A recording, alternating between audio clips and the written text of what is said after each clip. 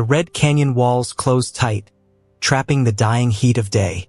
A tall chestnut horse rounded the bend alone, reins trailing loose, dark blood staining the saddle leather.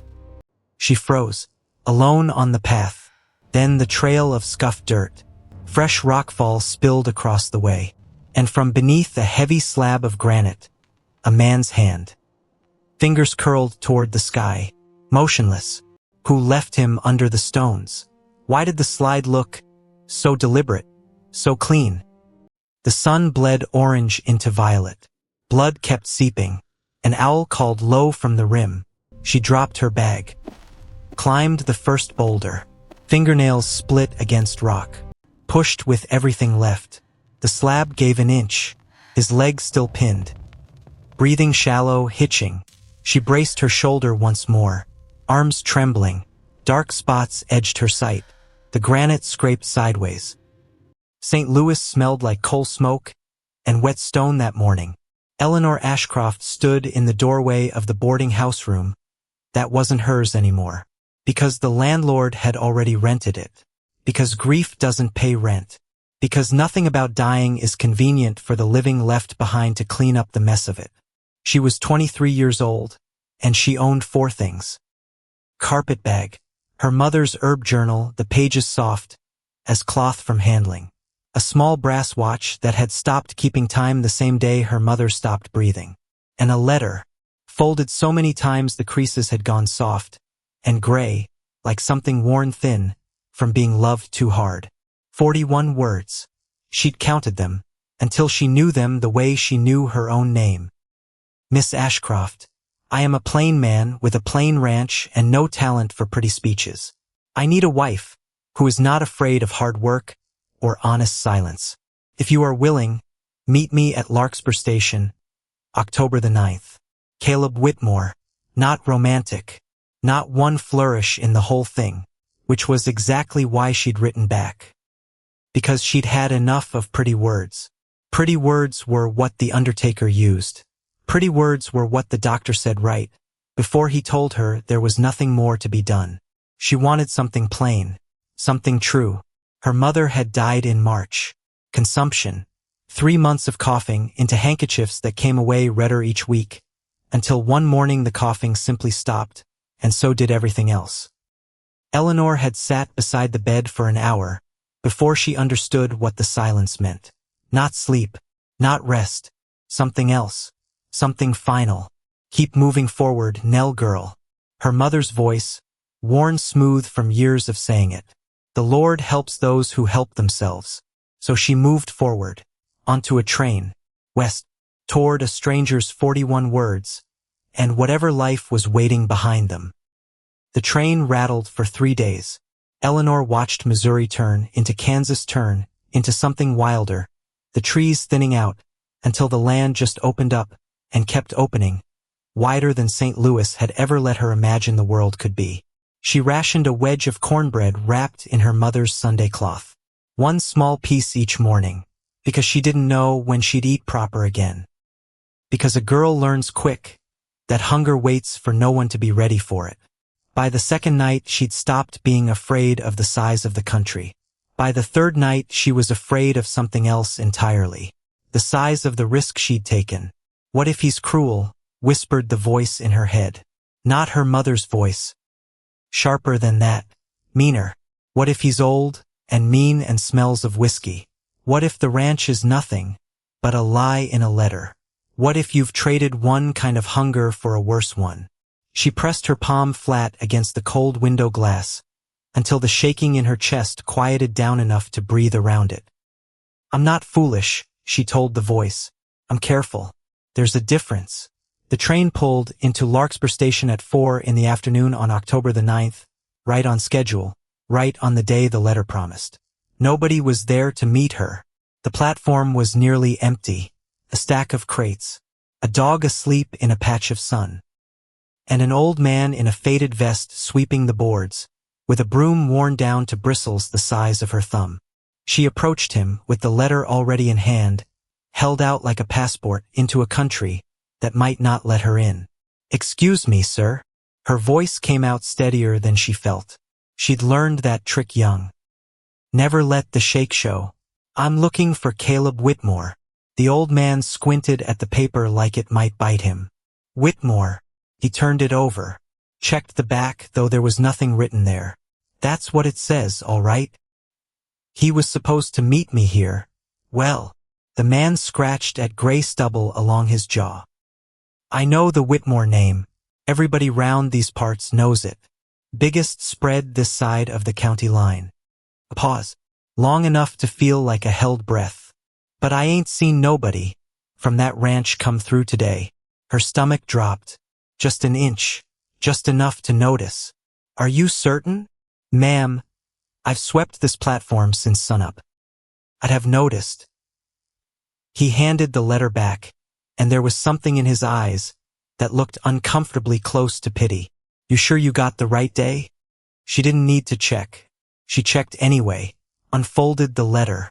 Read the date for what felt like the 100th time since Missouri. October the 9th. She pulled her mother's brass watch from her coat pocket and confirmed it against the face, though the watch had stopped weeks ago and told her nothing, but the hour her mother's heart had quit. I'm sure, she said.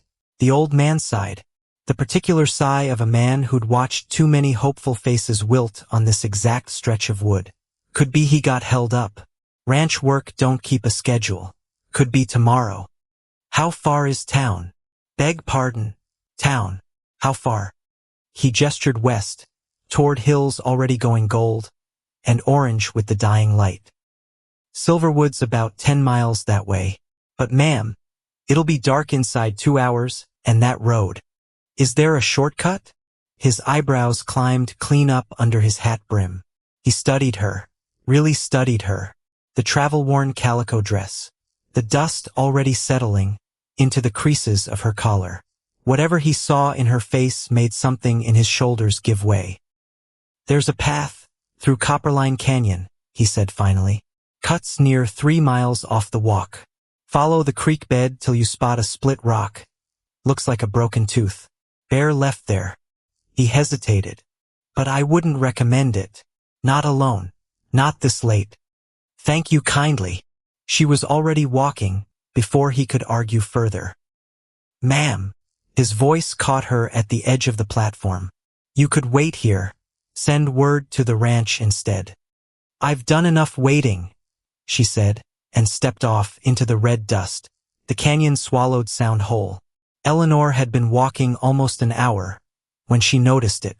The walls rose up on either side of her, not tall, but steep enough to choke the wind down to nothing, steep enough to trap the day's last heat against the rock like a held breath that refused to let go.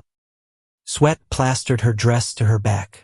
Her carpetbag grew heavier with every step, though nothing inside it had changed weight since Missouri. What kind of man doesn't come? The question circled her like a buzzard that hadn't decided yet whether she was dead. What kind of man writes 41 words and then doesn't bother to show up for them? Foolish girl, whispered the sharp voice, the fever voice, the voice that sounded like her mother, but wasn't, not really, just something wearing her mother's shape to say the cruelest things. What did you expect? A man who'd love you on paper and nothing more. She stopped walking, pressed her palm flat against the warm rock wall, until her heartbeat found its way back into her own chest instead of pounding somewhere up around her ears. I'm not foolish, she said out loud, to no one, to the canyon, to the dying light. I'm brave. There's a difference. She kept walking, and then the horse appeared. It came around the bend like something conjured rather than ridden. A tall chestnut, white blazed down its nose, reins trailing loose in the dust, no rider anywhere in sight. Eleanor froze. Her hand tightened on the carpetbag handle, though a bag of 2 dresses and a dead woman's watch wasn't much of a weapon against anything. The horse watched her, ears pricked forward. Foam dried crusty along its neck. Wherever it had come from, it had run hard to get away from it. Easy, she murmured, stepping closer. Slow. The way you'd approach anything wild and frightened. Easy now. That's when she saw the blood. Dark stains soaked into the saddle leather. Smeared down the horse's flank in a pattern too wide, too deliberate almost, to be some ordinary scrape against rock. Her stomach turned to ice. She followed the trail with her eyes before her feet had decided to follow it too. Scuff marks in the dirt. Displaced stone. A trail that curled around a jumble of boulders toward a stretch of canyon wall, where fresh rockfall had spilled clean across the path like something had been poured out of the sky. "Walk away," said the sensible voice. The safe voice. "Ride into town. Send men back with tools."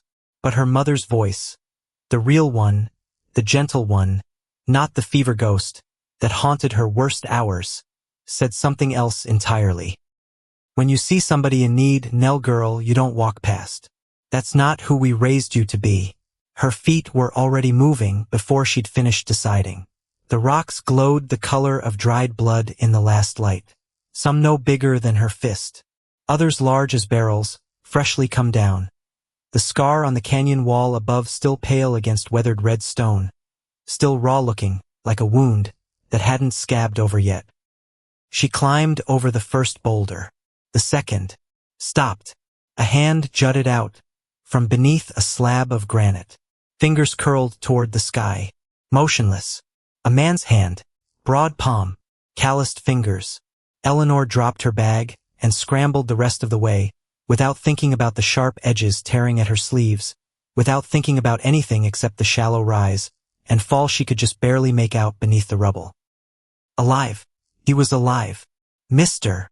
She knelt beside him, hands hovering, useless, uncertain where to even begin. "Mister, can you hear me?" Nothing. He lay on his side, half buried, face turned away from her, dark hair matted with blood and trail dust. A gash split across his forehead, still weeping red, and his left leg, pinned beneath a slab of rock too heavy for her alone to shift. She sat back on her heels for one breath, looked at the sky, painted now in bruised shades of orange and violet, looked at the stranger. The sensible thing was still to ride for help. Leave him, find the town, come back with men and rope and daylight. But the blood kept coming, and the sun was almost gone, and she remembered, clear as church bells across a Sunday morning, her mother's voice explaining how the cold crept into a body fast once the wound started winning. "Lord," she prayed silently, eyes shut for the length of one heartbeat. "I don't know if this is right, but I can't leave him here to die. Give me strength." She rolled up her sleeves. The small stones came away first. Her fingernails split against the granite, and she didn't stop for it. Each rock she pulled free revealed more of him. The curve of a shoulder, the torn fabric of what had once been a decent wool shirt, the shallow catch in his breathing that hitched every time she jarred the leg. "Hold on," she said, wiping her palms across her skirt, leaving dark streaks. "I'm getting you out. Hold on." The slab pinning his leg was the real problem. Flat, heavy, wedged at an angle against a bigger boulder like it had been set there on purpose, not tumbled there by chance. She filed that thought away. There wasn't room for it yet. She braced her shoulder against the slab and pushed. Her boots slid in loose gravel. The rock gave an inch, maybe two. Not enough. She repositioned, dug her heels in, pushed again, harder, until her arms shook, and dark spots crowded the edges of her vision, and the whole canyon seemed to lean in close around her, hoarding the last of the day's heat like it begrudged her every breath of it. The slab scraped sideways. His leg came free. Eleanor collapsed against the boulder, chest heaving, hands raw and bleeding in 3 separate places. The copper smell of her own blood mixed with his, with the dust, with something green and bitter carried on the evening wind that she'd later learn to name. His eyes opened, gray, pale gray, like the sky right before snow. They found her face and struggled to hold there, unfocused, fighting to make sense of what they were seeing. His lips moved. No sound came. She found the canteen strapped to the horse's saddle, battered leather worn soft with years of use, unscrewed the cap, lifted his head with one careful hand, and let a thin trickle of water find his mouth. He swallowed, coughed, swallowed again. "Water," he rasped. "I know. Easy." Not too fast. His eyes drifted shut, opened again, fixed on her with something closer to clarity now. Who? A wet, rattling cough. Who are you? Doesn't matter right now. She examined the leg in the failing light. Swollen already, purpling fast at the ankle. But the bone hadn't broken the skin. Small mercy. The gash on his forehead was worse than she'd first guessed. Deep enough to show pale beneath the red. It needed cleaning. Needed stitching, likely. Something she had no hope of managing out here in the last scraps of dusk.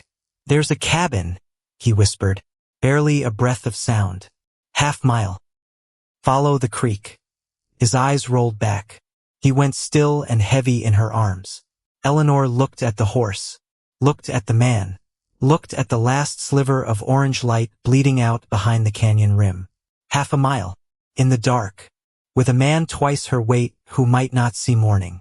Getting him onto the horse nearly broke her clean in half. She hooked her arms beneath his shoulders and pulled. His boots dragged furrows through the dirt. Dead weight, that's what people called it, and now she understood exactly why, because every muscle down her back screamed in protest, and her knees buckled twice, before she managed to prop him against a boulder just to catch her own breath. The horse stood patient through all of it. Watching with those wide, liquid eyes. Its breath came warm against her cheek. When she leaned close, smelling of dust and dry grass. Come on now. She grabbed his belt in one fist, his shirt collar in the other. You've got to help me. Just a little. Something flickered across his face. Consciousness, maybe, or just pain finding a new place to live. His good leg found the stirrup. She shoved from below, teeth gritted, arms shaking, and somehow, she would never afterward be able to say exactly how. He ended up draped across the saddle like a sack of grain. She took the reins and started walking. One foot, then the other. The creek bed stretched ahead of her, pale stones catching the last purple light of evening. Half a mile, he'd said. Half a mile felt, in that moment, longer than the whole train ride from Missouri. Night sounds rose up around her. Crickets. An owl somewhere up the canyon rim, calling low and mournful. The soft, endless rush of water over stone. Please, she prayed, silent, steady, one word for every footfall. Please let me find this cabin. It appeared between one blink and the next. A dark shape hunched against the hillside, barely visible against the tree-line. The creek gurgling past its western wall in threads of black water catching starlight. No smoke from the chimney. No light in the windows. Abandoned, just as he'd said. She pushed the door open. The hinges shrieked, a sound that scraped straight down her spine. The smell hit her first: old wood, mouse droppings, something musty and closed in, and beneath all of it the faint ghost of a long-dead fire. She found a candle stub on the mantel by feel more than sight. Matches beside it, the box damp, but not ruined. The match flared on the second try, throwing shadows across a single room. A stone hearth. A wooden cot, with a straw mattress, ticking stained and lumpy. A table. 2 chairs, one leg shorter than the others. It smelled like a place the world had forgotten. But it had walls. It had a roof, even one with gaps enough to see stars through. It would do. His skin burned under her palm. She dragged him inside inch by aching inch and laid him on the cot, and now his forehead radiated heat like something lit, from the inside, except for 2 spots of fever-red high on his cheeks, that made the rest of his face look like wax gone soft and pale. Water. She needed water. Needed fire. Needed light enough to work by. The creek ran 20 steps from the door. She carried the dented copper pot down to it, filled it with hands gone numb, from the cold current, carried it back sloshing against her skirt. Kindling first. Dry sticks stacked beside the hearth by whoever had lived here last.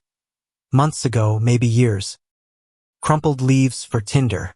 The match caught on the second strike, and flame crawled up, through the wood, crackling, popping, throwing steadier light across the room than the single candle ever could. She tore strips from her petticoat. The cotton was worn thin from years of washing, but clean, and clean was what mattered now. She dipped a strip in warming water, wrung it out, pressed it against the wound on his forehead. He flinched. His eyes flew open, wild, unseeing. The eyes of a man trapped somewhere inside his own nightmare. Easy. She held his shoulders down, with more strength than she knew she had left in her. You're safe. Lie still.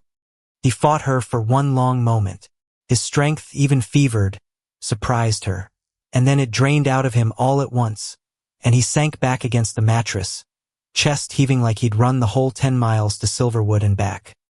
She cleaned the gash with careful, even strokes, the way her mother had taught her years ago over some other wound on some other night. The water in the pot went from clear to pink to red. She emptied it outside, refilled it, started again. The wound itself was deep but clean. No dirt buried in the flesh. No stone fragments. Small mercies, stacking one on top of another. The leg worried her more. She ran her fingers along the ankle bone, pressing gently, and he groaned without waking. No grinding beneath her touch. No unnatural angle to the joint. Sprained. Badly. Maybe torn. But not broken. She needed something to pull the fever down. Something for the swelling. Her mother's voice rose up in memory, clear as a church bell on Sunday morning. Mugwort for wounds, Nell girl. Yarrow for fever. Look for the silver-green leaves, close by running water. She took the candle back outside. The creek bank gave up what she needed. Mugwort in soft silvery clumps. Leaves releasing a sharp bitter smell the moment she touched them. Yarrow too, flat white flower heads nodding pale in the dark. She filled her apron pockets and carried it all back inside. A cracked wooden bowl. A smooth river stone for a pestle. She crushed the mugwort until it released that sharp green scent. Her mother's kitchen, come flooding back whole out of nowhere, out of nothing, out of a stranger's blood on her hands in a stranger's cabin in a stretch of country she'd never laid eyes on until today. She packed the paste against his forehead, bound it with another strip of petticoat, then his leg, crushed yarrow wrapped tight but not too tight. She steeped more yarrow into a tin cup of warm water until it turned pale gold, lifted his head, and held the cup to his cracked lips. Drink this. It'll help with the fever. He swallowed without opening his eyes. Once, twice. Some of it ran down his chin, but some of it found its way down his throat, and that would have to be enough. She eased him back onto a rolled-up blanket for a pillow. Musty. Moth-eaten. Better than nothing. Then she sat down on the floor beside the cot, back against rough wood, and waited. The fever crested somewhere deep in the small hours. Eleanor lost track of time entirely. She only knew the rhythm of it. Check his forehead. Wring out the cloth. Press it against burning skin. Again. Again. His body shook with chills even, as heat poured off him in waves that she could feel from a foot away. He muttered words she couldn't piece together. Once maybe a name. He grabbed her wrist with a strength that startled her, eyes open but seeing something far away, something she had no part of. "I'm here," she said, though she didn't know why it needed saying, only that it did. "I'm here." His grip loosened. His eyes closed. She changed the pace twice. Fed the fire. When it burned low, the wood crackling in the otherwise total silence. Watched the darkness outside the window shift. From black to gray to the pale pink edge of a morning she hadn't been sure either of them would live to see. And slowly, so slowly she almost missed the exact moment it happened, his breathing steadied, his skin cooled under her palm. The trembling stopped. She let out a breath she hadn't realized she'd been holding since the canyon. Her shoulders ached. Her eyes burned from smoke and no sleep. But the worst of it had passed, and that would have to be enough for now too. He woke with the first true light of morning. She dozed off against the edge of the cot, neck bent at an angle that would ache for days afterward. His voice jerked her upright. "Where?" A dry, rasping cough. "Where am I?" "Safe. A cabin by the creek." She reached for the water pot, poured some into the tin cup. "You told me about it, before you passed out." He took the cup with shaking hands and drank. His gray eyes traveled the room, the fire, the bandages, the strips of torn petticoat drying along the hearthstones. You did all this. It wasn't quite a question. She didn't answer it like one. He studied her face a long moment. Something shifted behind his eyes, confusion easing into something harder to name. Who are you? Someone who was walking through that canyon. She took the empty cup back from his hands. Your turn. Who are you? The pause lasted a beat too long. Dale, he said finally. Dale Corbin. She watched his eyes when he said it. Watched them slide sideways, just for the length of one heartbeat, before finding hers again. Her mother had always said Eleanor had a gift for reading faces, for knowing when someone was telling the truth, and when they were selling something else entirely. This man was hiding something. She didn't know what. Didn't know why a wounded stranger in the middle of nowhere would bother lying about something as small and simple as his own name. But she knew one thing for certain, sure as the ache in her own bones. He wasn't telling her the whole truth. The cornbread had gone stale 3 days back. She unwrapped it, from her mother's Sunday cloth, the fabric still holding a ghost of that kitchen smell underneath everything else. The edges crumbled dry between her fingers. She'd been rationing it since Missouri. 1 small piece each morning, making it last.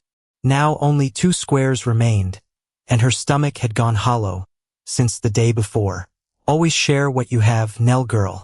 Her mother's voice again, standing at some memory of a cast-iron stove.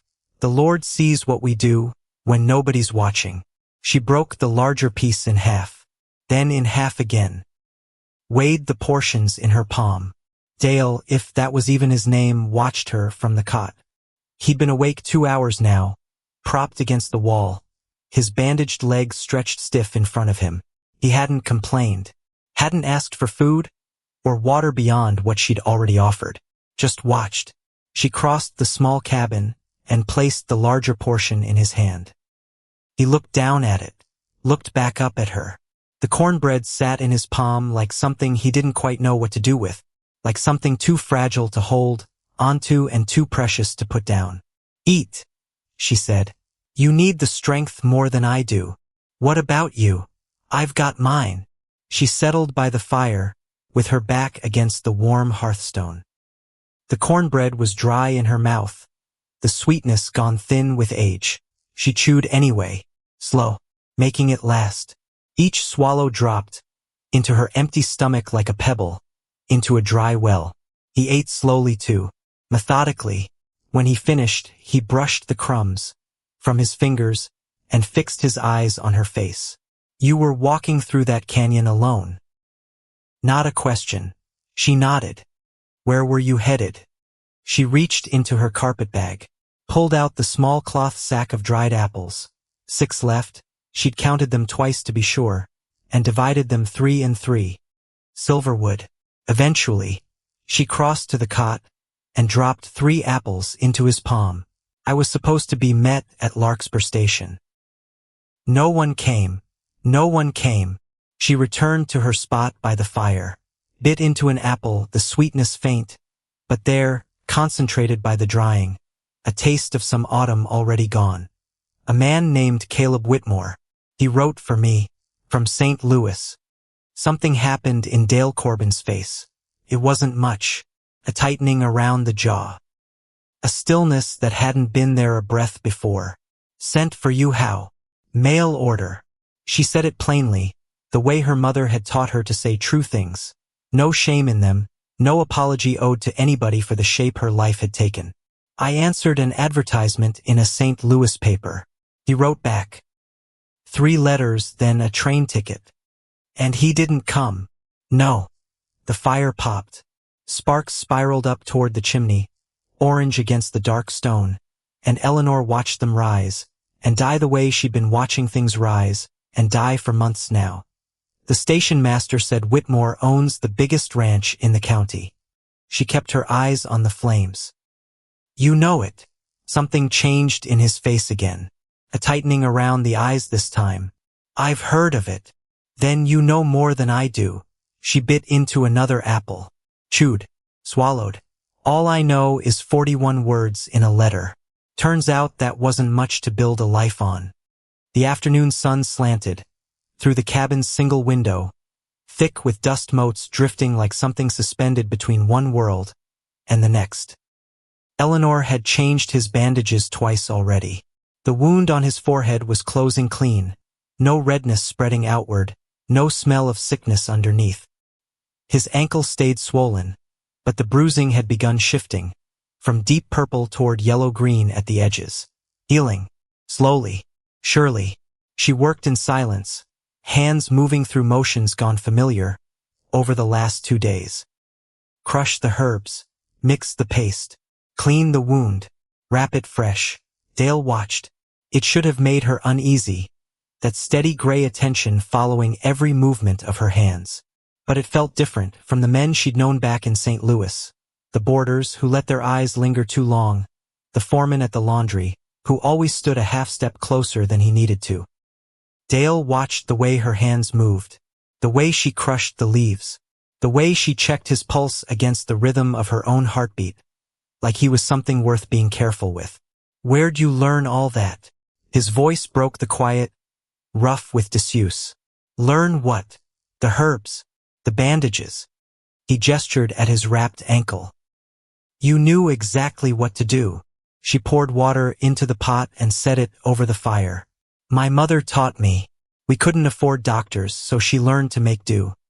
"She taught you well." "She taught me everything she could." Eleanor watched the water ripple, settle. "She passed when I was 22. Consumption.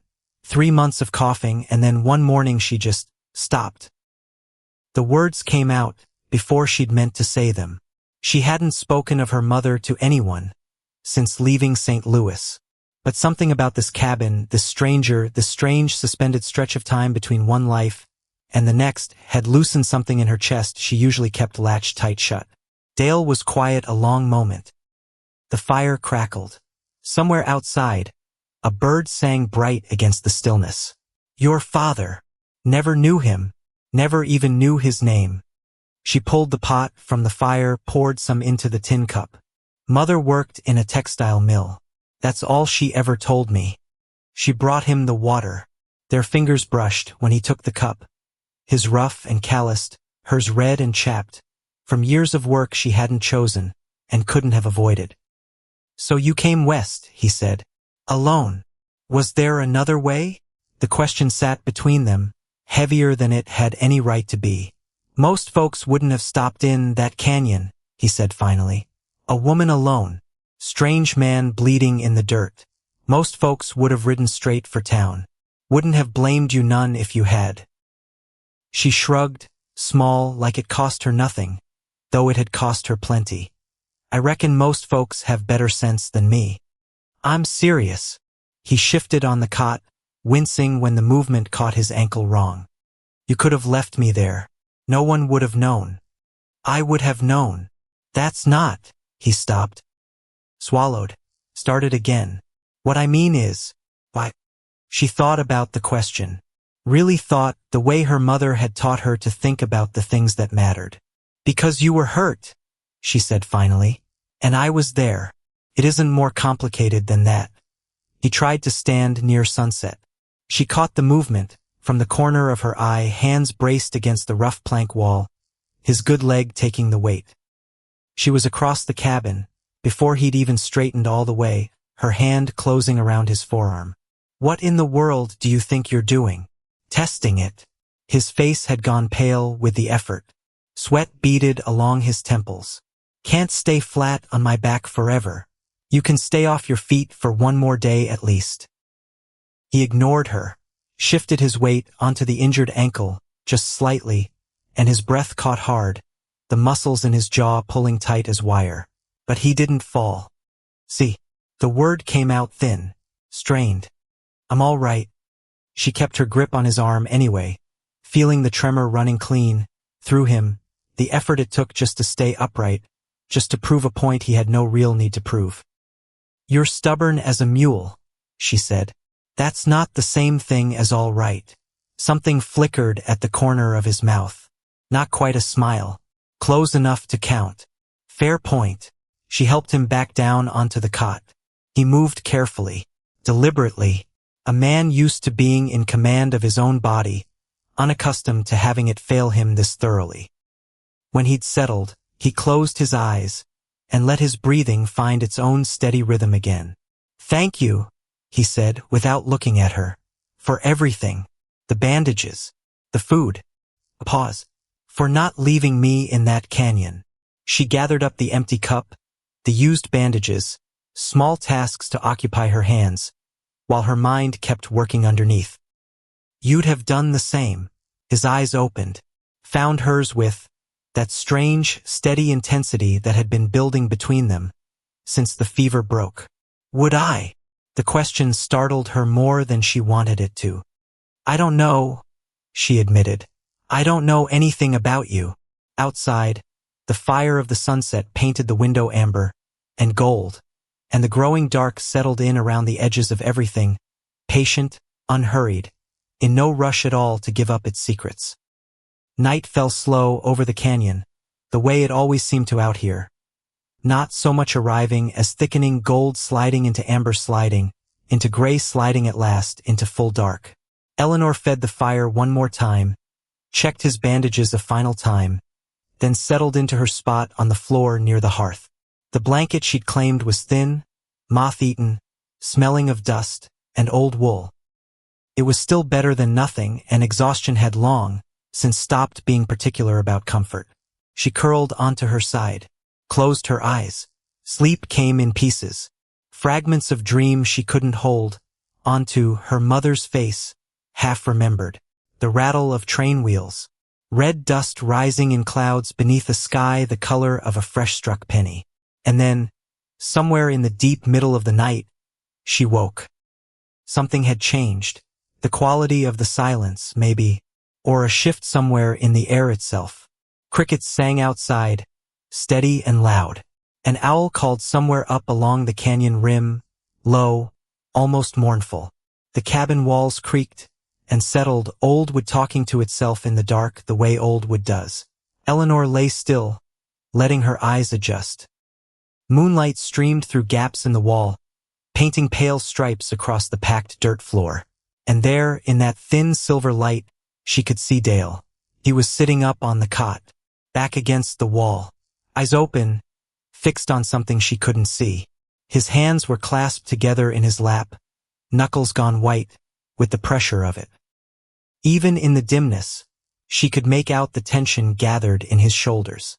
The way he held himself like a man carrying something too heavy to set down, even for one night, even to sleep. She watched him through half-closed lashes, kept her breathing slow and even, pretended sleep, wondered what kept a man awake this deep into the night when the whole world around him had finally gone quiet. His lips moved. She couldn't hear the words, barely a whisper, meant for no ears but his own. But she caught fragments, shapes of sound drifting through the dark. Should have told her. Can't. She doesn't know. His head turned toward her.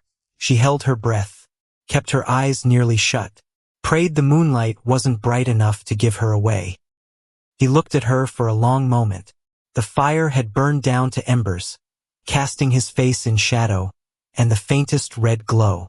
She couldn't read his expression, couldn't tell whether he knew she was watching. Then he turned away, faced the wall. His shoulders rose and fell with a breath that might have been a sigh, or might have been something closer to surrender. Eleanor waited until his breathing changed, until she was certain he'd drifted off.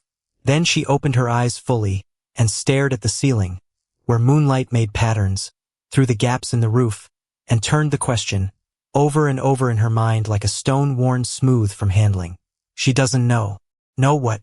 What was this man carrying that kept him whispering confessions to the empty dark?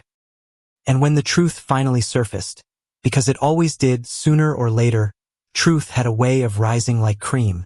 Which side of it would she find herself standing on? She didn't have an answer. Not yet. She closed her eyes and let sleep take her anyway, because morning was coming whether she was ready for it or not, and morning, she was beginning to learn, had its own way of demanding answers to questions a body hadn't finished asking.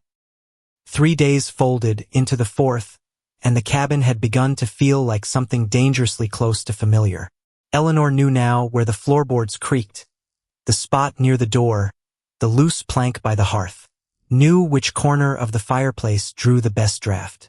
Knew the exact hour the morning light slanted through the window and reached the edge of the cot. Small things, the kind that gather themselves without ever asking permission first. She was crouched by the creek that afternoon, gathering fresh yarrow when she heard it.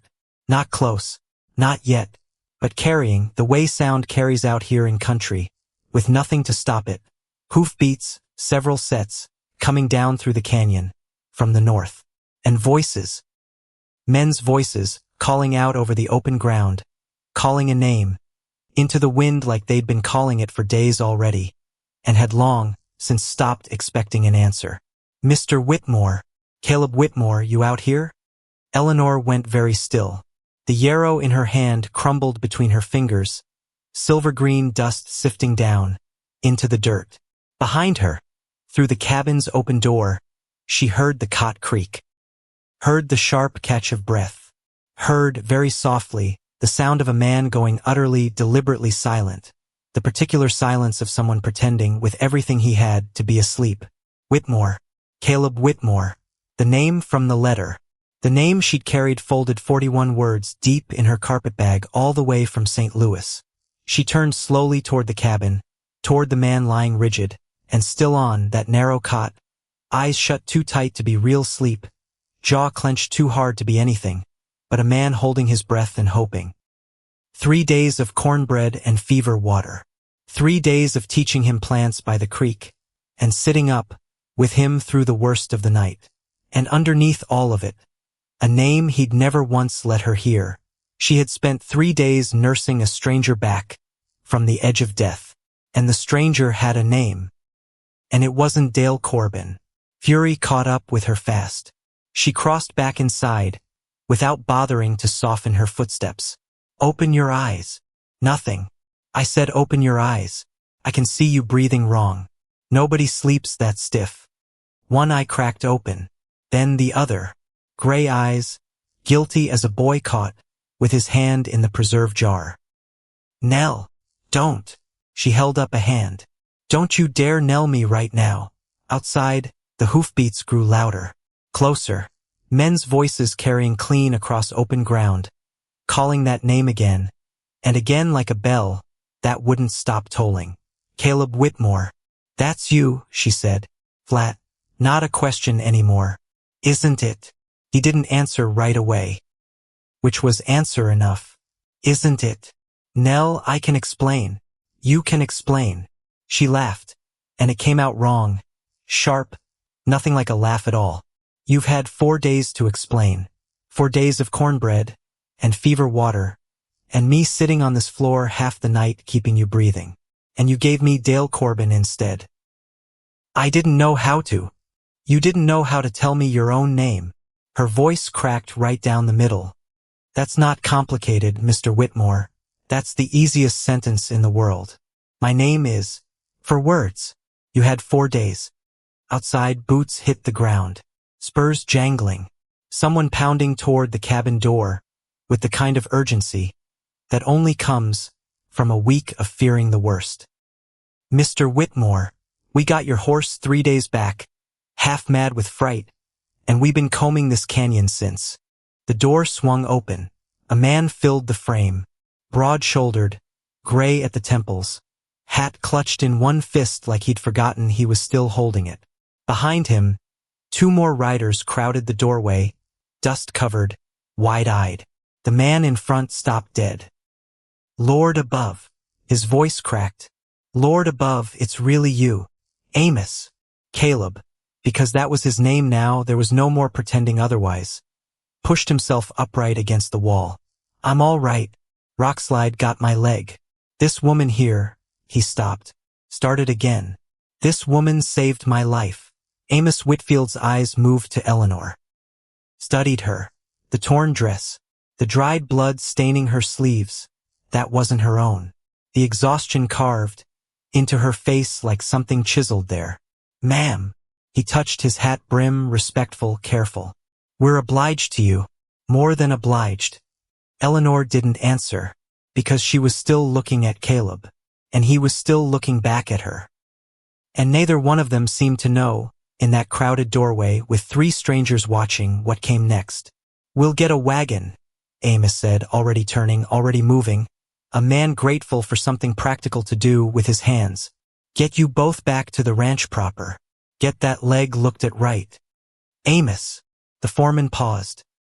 This is Miss Eleanor Ashcroft.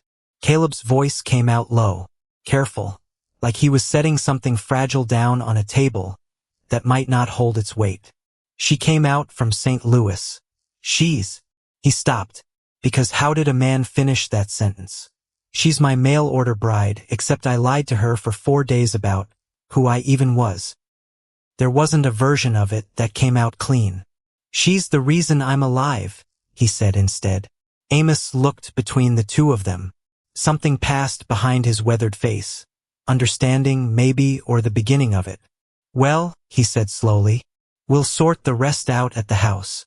The wagon ride out of the canyon took the better part of 2 hours, and Eleanor spent every minute of it saying nothing at all. She sat up front beside Amos because she couldn't make herself sit in the back beside Caleb. Not yet, not with her hands still raw, from pulling him out of that rockslide and her chest still raw, from everything he hadn't told her. The land opened up around them as they climbed out of the canyon. Hills rolling gold and brown toward a horizon that seemed to go on longer than any horizon had a right to.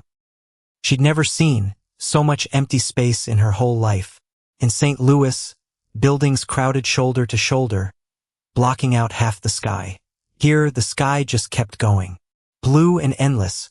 Clouds stacked up along the edges of the world, like something a child might build out of cotton. Beautiful, she thought. And I hate that I still think it's beautiful. Because he lied to me, because I should be furious straight through, and instead some fool part of me keeps looking at that sky. She caught herself doing it, softening, and she yanked the feeling back in like a rein pulled too hard. Stop that. Stop it right now. Behind her, in the wagon bed, Caleb shifted against a pile of horse blankets, favoring the bad leg, and she heard his breath catch with the movement. Some old instinct in her wanted to turn around, ask if he needed water, check the bandage. No, she kept her eyes forward. He can ask Amos for water. Amos likes him fine. Amos doesn't know what a liar looks like up close for 4 straight days. You're awful quiet, ma'am, Amos offered, glancing sideways. I've got a lot to be quiet about. He didn't push further. She was grateful for that, at least. Halfway through the ride, while Amos had the reins occupied guiding the team around a washed-out stretch of trail, Eleanor's eyes fell on the saddlebag wedged near her feet. Caleb's, recovered from the frightened horse along with him. The flap had come loose in the jostling, and a corner of paper poked out. Yellowed, official looking. She shouldn't have looked. She told herself that even as her fingers were already reaching. Because curiosity is a sin her mother warned her about exactly once, and it never took. She eased the paper out just far enough to read the header. County Land Office. Deed of Record. Whitmore Parcel, sections 14 through 19. And beneath that, in a different hand, cramped and hurried, a second document, folded inside the first. A survey map, boundary lines redrawn in fresh ink, over the original, shifting a whole section of fence line east, toward Whitmore land, away from somebody else's. Her stomach went tight and cold all at once.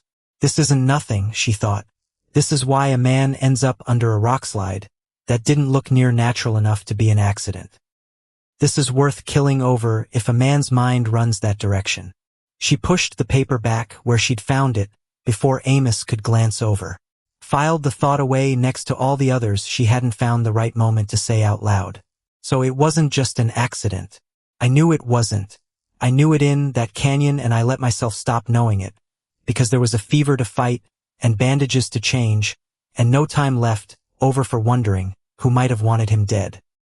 Except now there's time. Now there's nothing but time, 10 more miles of it, sitting on this wagon seat with my back straight and my jaw tight, and every question I've got building up behind my teeth like water behind a dam that's fixing to break. The ranch appeared on the horizon like something out of a dream she hadn't let herself have. A main house, 2 stories, white rails along a wraparound porch, a barn bigger than any building Eleanor had laid eyes on outside a city, corrals, outbuildings, smoke curling up from a bunkhouse chimney. All of it spread across the land like its own small town, self-contained, self-sufficient, entirely unlike anything a mail-order bride from a St. Louis boarding house had any right to expect waiting for her. Whitmore Ranch, she thought, and the name tasted strange in her mouth, bigger than she'd let herself imagine, reading those 41 words back home. Bigger, and somehow standing here now that only made the lie sting worse instead of better. A woman came out onto the porch as the wagon rolled through the gate. Gray hair pulled back severe and tight, a face that had clearly practiced disapproval enough times to make it look effortless. Bless my soul. Her hand went to her chest. Mr. Whitmore, we'd nearly given up hope. Ruth, Caleb's voice, rough from the ride. I'm all right. The woman's eyes found Eleanor next, and something in her expression shifted, sharpened, went assessing in a way that made the hair on the back of Eleanor's neck stand up. And this would be Miss Eleanor Ashcroft. Caleb was already easing himself down from the wagon bed, wincing hard on the bad leg, refusing anyone's offered hand. She's the one who found me, pulled me out from under a rockslide, and kept me alive 4 days in a line shack with nothing but yarrow and stubbornness. Is that so? Ruth Kilbride's tone gave away nothing, which somehow gave away everything. Eleanor climbed down without help, stood straight despite 4 days of exhaustion sitting heavy on every bone in her body. Mrs. Kilbride. She offered a small nod. I'm pleased to meet you. Ruth's eyes swept over her once, top to bottom, the way a woman appraises livestock before deciding whether it's worth the asking price. We'll see about that. Well, Eleanor thought, that's a fine welcome, because apparently saving a man's life doesn't buy a body so much as a kind word in this county. Which is fair enough, I suppose, considering I don't know the first thing about this place or these people or the man who lied to me for 4 days straight with a perfectly steady face. Until I remember he's the one who owes explanations, not me, so let her look at me sideways all she likes. I've survived worse than a housekeeper's cold shoulder. She was shown to a room on the 2nd floor. East-facing windows catching the morning light first, just the way the maid explained it, while turning down the quilt. A wardrobe stood against one wall, doors slightly open, revealing the edges of fabric inside. Calico? Gingham. Something that might have been blue silk.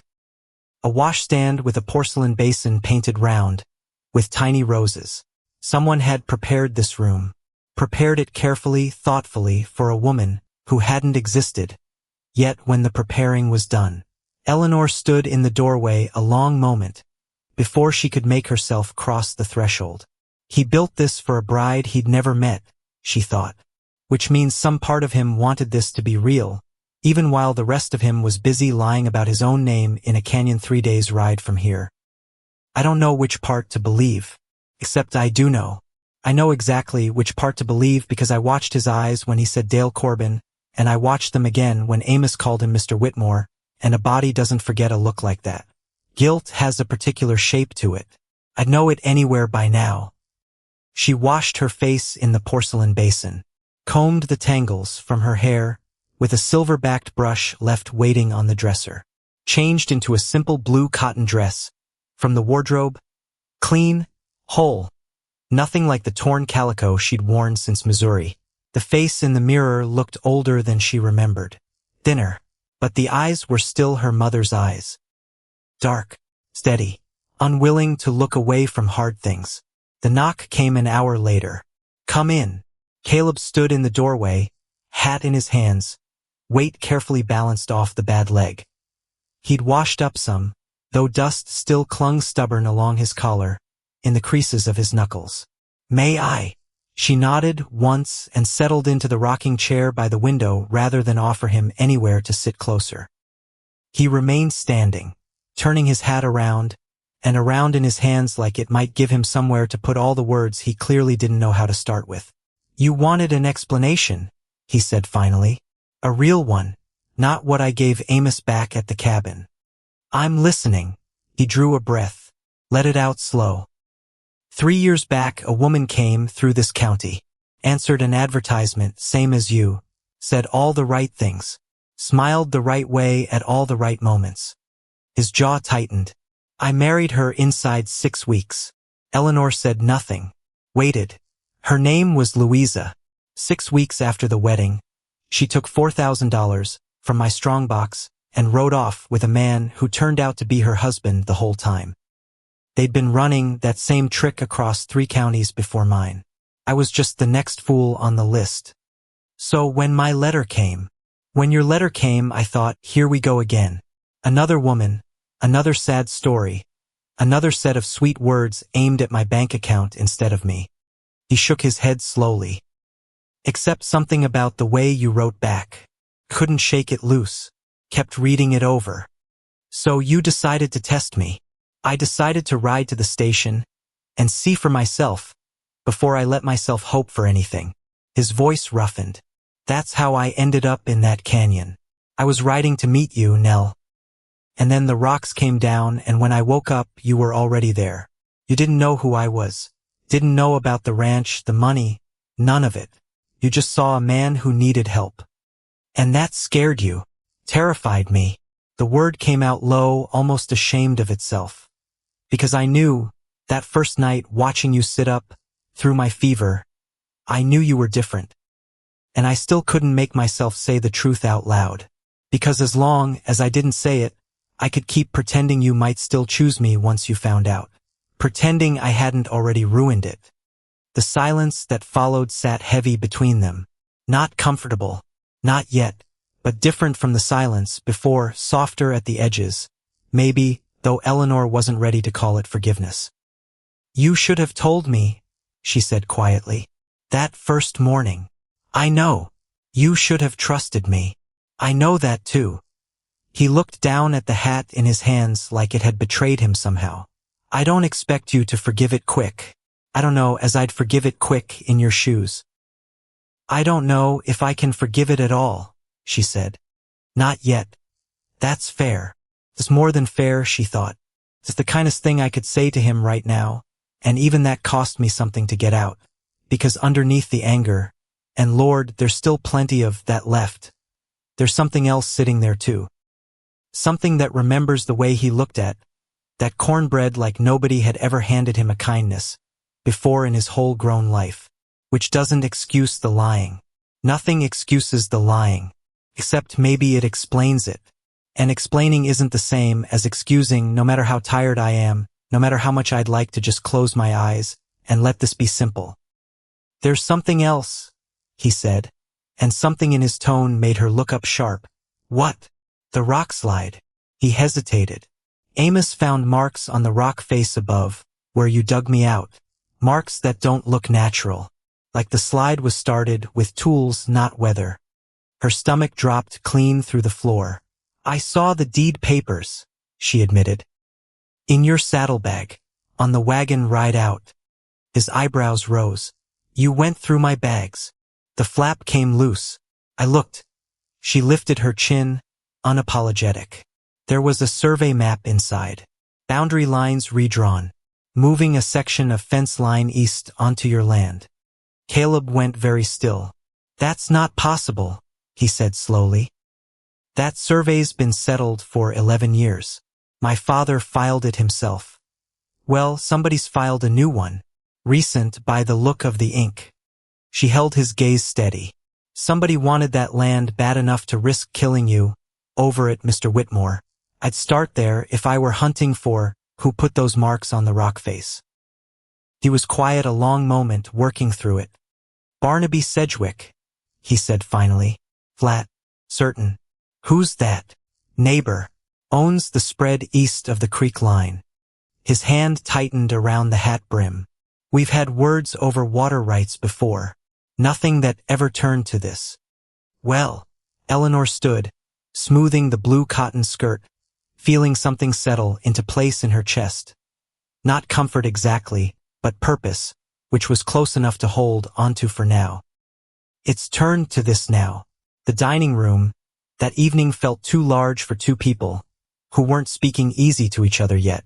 Ruth Kilbride served supper with the stiff efficiency of a woman performing a duty rather than offering hospitality, and Eleanor caught her watching more than once from the doorway, measuring, assessing, clearly still deciding whether this stranger deserved a seat at that long table at all. She thinks I'm, after his money, Eleanor thought, chewing a bite of roast she hadn't tasted going down, which would almost be funny, considering I didn't even know his real name, until 3 riders came hollering it, into a canyon. Except it isn't funny, because being looked at like that, like a thief casing the silver, that's its own particular kind of exhausting. And I've had about all the exhausting I can carry for 1 week.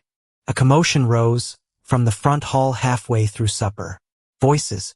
A woman's voice, pitched high and urgent, and Amos Whitfield's low reply trying to smooth something over that clearly wasn't smoothing. Caleb's fork went still against his plate. "That's not," he started. The dining room door swung open. A woman stood in the frame. Dark hair, elegant traveling clothes dusty, from the road, but cut fine enough to have cost real money once. She was beautiful in the particular way that made a person distrust beauty on principle. Too polished, too practiced, a smile already arranging itself before she'd said a single word. "Caleb." Her voice dripped warmth like honey poured slow off a spoon. "Darling, I came the moment I heard you'd been found." The room went dead silent. Eleanor set down her fork very carefully. "Louisa," Caleb said, and the name came out of him like something bitter he'd swallowed by accident. Well, Eleanor thought, and felt something cold and clear settle over her, pushing the shock aside to make room for it. Speak of the devil, and she arrives wearing silk. Louisa Pratt crossed the room like she owned every board in the floor beneath her feet. "I heard you'd been injured," she said, eyes never once leaving Caleb's face, as though Eleanor weren't sitting 3 feet away at all. "I came straight from Silverwood the moment word reached me.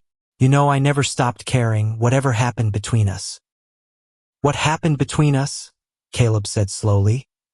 "Was you emptying my strongbox and riding off with your husband?" A flicker crossed her face. Gone fast. Replaced by something wounded, practiced, theatrical. "That man deceived me as badly as anyone," she said. "I was a victim in that whole affair, same as you." "Funny." Eleanor's voice came out steadier than she felt. "I don't recall victims usually riding off with $4,000 that isn't theirs." Louisa's eyes finally landed on her. Cool. Assessing. The same way Ruth had looked at her on the porch, except sharper, colder, with something calculating running underneath it that made Eleanor's skin prickle. "And who exactly is this?" "Miss Ashcroft," Caleb said, "is the woman who saved my life. And she's under my roof, so I'd thank you to mind your tone with her." "Your roof." Louisa's smile thinned to something considerably less warm. "That's precisely why I've come, Caleb. Our marriage was never properly dissolved. You know that as well as I do, which means whatever arrangement you've made with this." Her eyes swept over Eleanor's borrowed blue dress. "This young woman. It isn't legal, not while I'm still your wife." The words landed in the room like a dropped plate. Eleanor's chest went tight and hollow all at once. "That's not possible," she thought, grasping for solid ground and finding none. He couldn't have, except how would I know? I've known this man 5 days, for spent in a leaking cabin, and 1 spent riding a wagon in silence. What do I actually know about anything he's told me? Because trust doesn't work that way. Because you don't just decide to believe a man's whole story on the strength of shared cornbread and a fever he survived. Except some fool part of me already had decided. Already had, before this woman walked through that door and pulled the floor out from under both of us. "That's a lie," Caleb said low and hard. "The dissolution went through 18 months ago. I have the papers filed at the county office myself." "Do you?" Louisa's smile didn't waver. "Papers can go missing, Caleb. Records can be misplaced. I'd hate for anyone to make hasty arrangements before the matter's properly settled. Eleanor watched her carefully. Watched the way her eyes cut sideways for just a fraction of a second toward the window, toward the dark yard beyond it, like she was checking whether someone out there was watching this play out exactly the way it had been planned. There, Eleanor thought, some old instinct sharpening into focus. There's the tell. She's not here alone in her own mind, whatever she's saying out loud. Somebody put her up to this, or somebody's waiting to hear how it goes. I'll want to see those papers myself, Eleanor said, keeping her voice level, refusing to let the tremor she felt in her hands reach as far as her words. The dissolution records. Tonight, if it's all the same to everyone. Louisa's composure flickered, just barely, just for a heartbeat. That's hardly your business, dear. It's entirely my business, Eleanor said. Seeing as I'm the one currently sitting at this table wondering whether I've been made a fool of twice in 1 week. Something shifted in Caleb's expression. Surprise, maybe, or the beginning of something closer to respect. Amos, he called, not taking his eyes off Louisa. Ride into Silverwood first thing tomorrow. Pull the dissolution filing from the county recorder. I want it in this house by supper. Yes, sir. Louisa's smile had gone brittle around the edges now, though she held it in place through sheer force of will. Of course, she said smoothly. I've nothing to hide. Everyone who says that, Eleanor thought, watching her, has something to hide. I've yet to meet the exception. Louisa stayed the night, installed in a guest room down the hall from Eleanor's, a fact that kept Eleanor awake staring at the ceiling long, after the house had gone quiet, turning the evening's events over and over like stones she couldn't get smooth no matter how long she handled them. Married, she thought. He might still be married. And even if he isn't, even if Amos rides back tomorrow with papers proving it clean and settled, she's here now, in this house, circling him the way a hawk circles something it's already decided belongs to it. Which shouldn't matter to me, because I haven't decided yet whether I even want him. Haven't decided whether 4 days of fever and cornbread adds up to enough to build a life on. Except it does matter. It matters more than I want it to, and that's its own kind of trouble I don't have the patience to untangle tonight. She rose before dawn, unable to lie still any longer, and found her way down to the kitchen, where a lamp already burned low against the gray early light. Ruth Kilbride stood at the work table, sleeves rolled, a heavy ledger book open in front of her, spectacles perched low on her nose. You're up early, Ruth said, not looking up. Couldn't sleep. A pause. Can't imagine why. Eleanor almost smiled at that. Almost. The dry edge in Ruth's voice carried something less hostile than it had the day before. Not warmth exactly, but a thawing, a small crack in the ice she'd been wearing since the porch. What are you working on? Ranch accounts. Somebody's got to keep them straight, and Mr. Whitmore's had his mind on other matters these last months. Ruth pushed her spectacles up. You any good with figures? I kept books for a dry goods store back in St. Louis. 2 years. Ruth studied her a moment, then, wordlessly, slid the ledger a few inches across the table, an offering small but real. Eleanor sat, began turning pages by lamplight, half out of genuine interest, half because sitting still with her own thoughts felt unbearable just then. The columns ran neat enough at first. Cattle counts, feed purchases, wages paid out to the hands, until she reached a section near the back. Water rights payments made quarterly to something called the Cedar Creek Consortium. She frowned, ran her finger down the column. The figures climbed steadily every quarter, reasonable enough on its own. Except the handwriting shifted subtly 3 entries back. Different ink. A different hand trying, not quite successfully, to mimic the one before it. Mrs. Kilbride. Eleanor kept her voice even. Who keeps these entries? I do mostly, Mr. Whitmore's father did before. All of them. Ruth leaned over, following Eleanor's finger to the page. Her brow furrowed. That's not my hand, she said slowly. Nor his. Whose is it, then?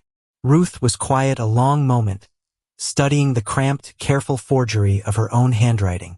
"I don't know," she admitted, "but somebody's had access to this book who oughtn't have."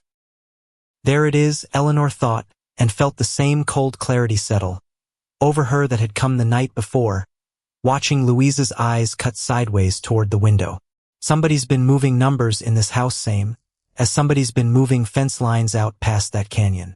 And I'd wager good money it's the same somebody working two different kinds of theft under two different names. "I need to speak with Mr. Whitmore," Eleanor said, already rising, the ledger clutched tight against her chest. "Now, before Amos rides out." She found him on the porch, leaning on a cane Amos had fashioned for him overnight, watching the sun crest the eastern hills in that particular gray-gold light that belonged only to the earliest part of morning. "Nell," he straightened at the sight of her face. "What's wrong?" "Somebody's been altering your ledgers." She held the book out. "Water rights payments to something called the Cedar Creek Consortium. The handwriting changes 3 entries back. Somebody's copying Mrs. Kilbride's hand, and not well enough to fool anybody who's actually looking." Caleb took the ledger, studied the page a long moment, his jaw tightening steadily as he worked through what he was seeing. "Cedar Creek Consortium," he said slowly. "That's the outfit Sedgwick set up last spring. Claims it manages shared water access for half the ranches along the creek line." "Does it? I never signed on to it. Never agreed to a blessed thing." His finger traced down the column, stopping hard on the altered figures. "But according to this, I've been paying into it for 3 quarters running." "Money going where?" "I intend to find out." He looked up and something had changed behind his eyes, the guilt from the night before pushed aside now by something harder, more focused, a man remembering exactly what kind of ground he was standing on, and who exactly was trying to take it out from under him. "Sedgwick's been circling this ranch a long while, Nell. Ever since my father passed, and everybody in the county figured a war-worn son couldn't hold onto 4,000 acres by himself." "Can you?" "I intend to." Something in the set of his shoulders, when he said it made Eleanor believe him. Not fully. Not yet. There was still a lie sitting unresolved between them. Still a woman down the hall claiming a marriage that might or might not still bind him. But this steadiness, this refusal to be moved off his own land by forged numbers and redrawn boundary lines, this she believed without having to work at it. Which is a strange thing to notice, she thought, in the middle of everything else that's gone sideways this week. That I trust him here on this even while I don't trust him yet on everything else. Maybe that's how trust actually works. Not all at once. Not a door thrown wide open. Just small rooms opened one at a time, and you decide fresh each time whether to walk through. Amos rode out for Silverwood an hour later, the county recorder's office his first stop, the ledger tucked carefully into his saddlebag alongside instructions to inquire quietly about who exactly had incorporated the Cedar Creek Consortium and when. Eleanor spent the morning in the kitchen with Ruth, going through the rest of the accounts line by line, hunting for more places where the ink didn't quite match, where a hand had tried and failed to disappear into somebody else's handwriting. They found 4 more entries by noon. All of them water rights. All of them routed, eventually, through paperwork that traced, however carefully disguised, back towards Sedgwick land. "He's been bleeding this ranch slow," Ruth said, closing the ledger at last, her earlier coldness toward Eleanor entirely forgotten in the shared work of it. "A little here, a little there, nothing big enough to notice on its own. But added up over a year, and it's enough to make a man desperate enough to sell out," Eleanor finished.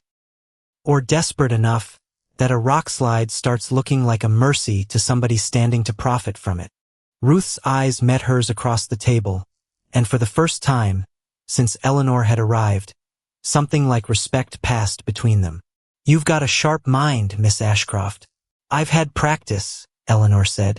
"Nobody hands a girl like me anything without her learning to look close at what she's actually being given." Louisa found her alone on the porch that afternoon, while Caleb rested his leg inside, and Ruth saw to supper. "You're cleverer than I expected," Louisa said, settling into the chair beside her without invitation, her tone light, almost conversational, though her eyes carried none of that same lightness. Going through those ledgers. Amos riding off to the county office. Very industrious, for a woman who's known this ranch all of 2 days. I like knowing what I'm standing on, Eleanor said. Before I decide whether to stay standing there. Wise. Louisa's smile curved, thin and knowing.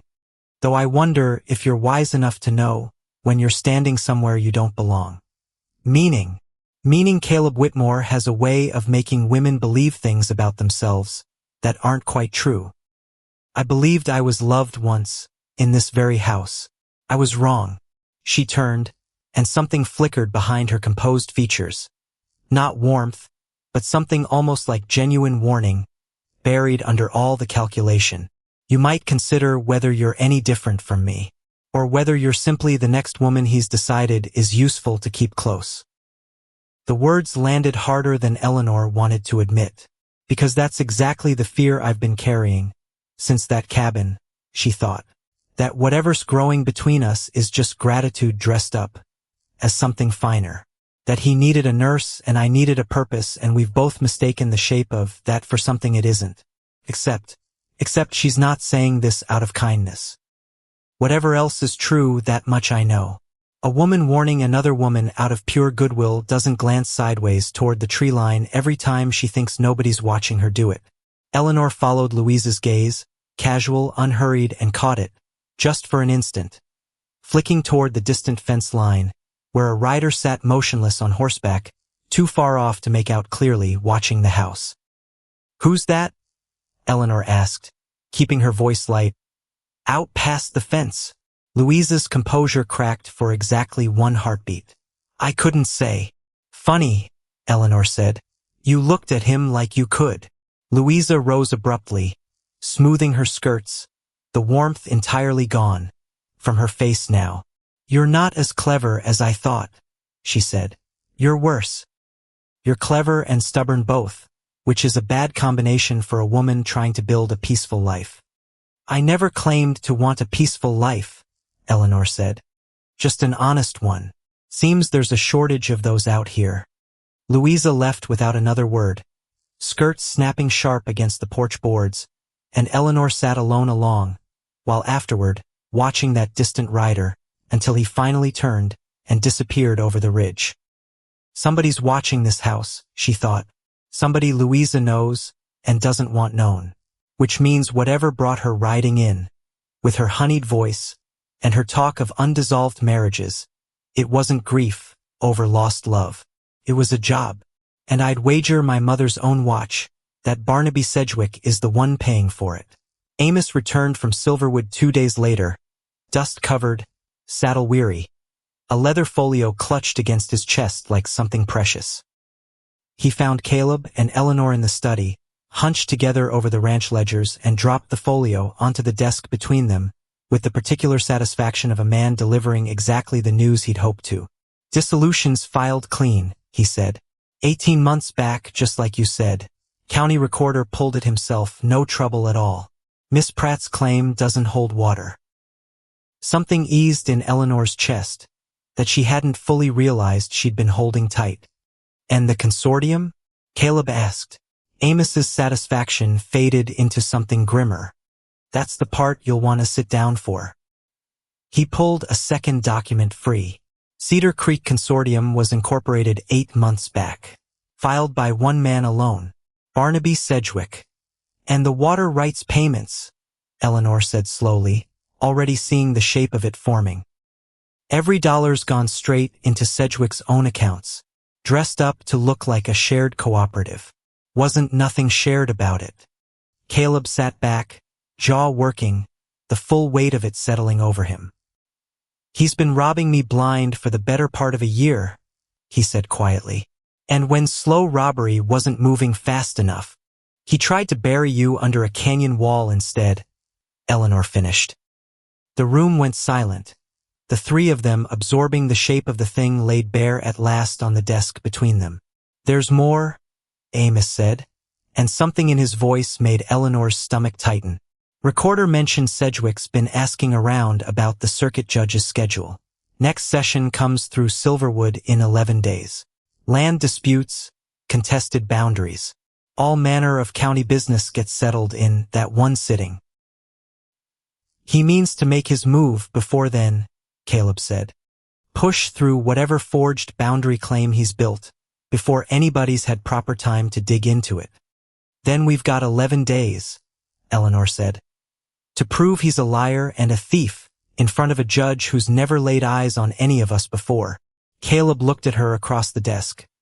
Really looked the way he had that first morning in the cabin when he'd finally opened his eyes and found her sitting there, a stranger who'd chosen to stay when every sensible instinct said to ride on. We, he said quietly, testing the word, weighing it. We, Eleanor confirmed. Seeing as I've already gone and thrown my lot in with this mess, might as well see it through proper. Something shifted in his face. Relief, maybe, or something warmer than relief. Something he still didn't quite have the right to claim yet, not with everything still unsettled between them. Nell, his voice roughened. About the lie. About Dale Corbin. We'll talk about that, she said. Once Barnaby Sedgwick isn't trying to steal your whole ranch out from under both of us. One battle at a time, Mr. Whitmore. He almost smiled at that. Almost. Fair enough, he said. One battle at a time. Outside, the sun was sliding low toward the western ridge, painting the yard gold, and somewhere out past the fence line, unseen but not forgotten, a rider Eleanor hadn't stopped thinking about sat watching this house, and everyone in it, waiting on instructions from a man who had 11 days left to finish what that rockslide hadn't. 11 days, that's what they had. 11 days before the circuit judge rolled into Silverwood and decided, in one sitting, whether Barnaby Sedgwick's forged boundary lines became law or became nothing at all. Eleanor spent the first 3 of them buried in ledgers until her eyes ached and her fingers went stiff with ink stains that wouldn't scrub clean. Because numbers didn't lie even when people did. Because somewhere in those columns was the whole shape of Sedgwick's theft, if she was patient enough to find it. Ruth worked beside her most evenings, spectacles low on her nose, the two of them barely speaking except to point at a figure, and ask, "Does this look right to you?" Which was its own kind of trust, Eleanor supposed. Not warmth exactly, just two women deciding, without saying so out loud, that they were on the same side of something. Caleb rode the fence line each morning despite his ankle, despite Amos telling him plain that he had no business in a saddle yet. He came back each evening dust-covered, tight-jawed, saying less than he probably should have about what he'd found out there. Sedgwick's men have been working that eastern boundary at night, he told her on the 4th evening, dropping into the chair across from her in the study. New posts, new wire, like they mean to make the fence line match the forged survey, before anybody's had time to object. Can they do that? Not legally, except legal's a slow word, and Sedgwick's clearly decided he doesn't have the patience for slow. Eleanor set down her pen, rubbed at her eyes. "We need the original survey," she said. "Your father's, the real one, filed 11 years back. If we can put that beside whatever Sedgwick's filed, already sent Amos hunting for it. County office had a copy. Except what? Except it's gone, missing from the file. Recorder swears it was there last spring." The words landed heavy between them, which means somebody's already been in that office, Eleanor thought. Somebody with reason to make sure the truth couldn't be found when it mattered most. Which means this isn't clumsy. This isn't a greedy neighbor taking advantage where he can. This is planned. Careful. The kind of careful that scares me more than anger ever could. "There's a second copy," Caleb said slowly. "My father kept one himself, in the strongbox up in the attic, unless I'm misremembering. Then we find it. Nell." He looked at her, something tired and grateful crossing his face all at once. "You don't have to be part of this. Any of it. You could take the room upstairs and wait this out clean, and nobody would think less of you for it." "I would think less of me for it." She stood, smoothing her skirt, already moving toward the stairs. Besides, I didn't drag you out from under a rockslide just to watch you lose the whole ranch to a man too much of a coward to fight you honest. Something in his face shifted at that. Warmth, maybe. Or something close enough to it that she felt her own chest tighten in response and had to look away before it showed too plain. Don't, she told herself, climbing the attic stairs 2 at a time. Don't go soft now. There's a strong box to find, and 11 days turning into 7 and no time left over for whatever this feeling is trying to be. Except it keeps happening anyway. That's the trouble with feelings. They don't much care what a body's got time for. They found the strong box behind a stack of old harness leather, dust thick enough to make Eleanor sneeze twice before she got the lid open. Papers inside yellowed careful. A whole life's worth of a dead man's record-keeping. And near the bottom, folded twice, the original survey. Caleb Whitmore's father's own hand, dated 11 years back, boundary lines drawn clean and unambiguous. Nothing like the redrawn version Eleanor had glimpsed in that saddlebag. There, she breathed. There it is.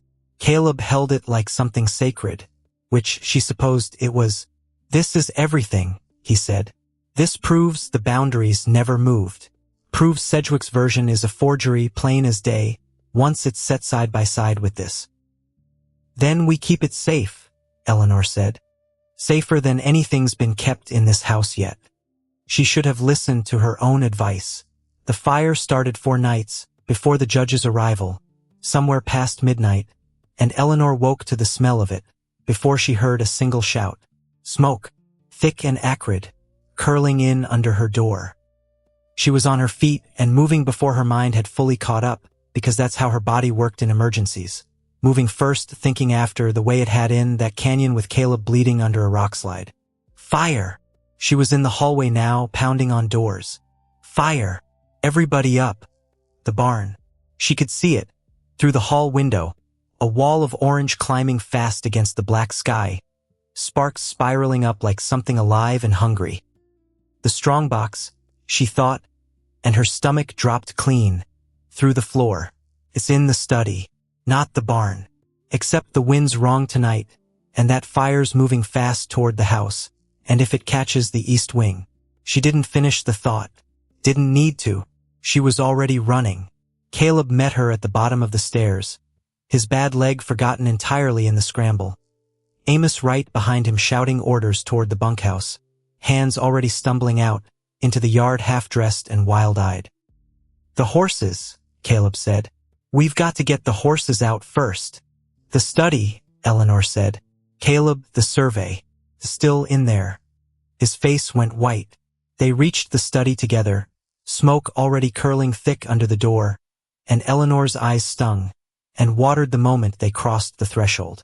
The strongbox sat exactly where they'd left it, on the desk, papers spread beside it, from the evening's work. She grabbed the survey first, then the ledgers, stuffed them against her chest, coughing, eyes streaming, while Caleb swept the rest into a canvas sack, with hands that shook from more than just smoke. Out! He shouted. Now, Nell, now. They stumbled back into the hallway as a support beam somewhere above them groaned, loud and terrible, and Eleanor didn't stop moving until they were both out on the front lawn, gasping the cold night air a shock after the smoke. The barn was a lost cause. Everyone could see that now, flames climbing high enough to light the whole yard orange gold, heat rolling off it in waves even from this distance. But the horses are still in there, Eleanor said, and didn't wait for permission. Before she was moving again, sprinting toward the barn doors, where 2 hands wrestled uselessly, with a latch gone hot enough to blister skin. Nell!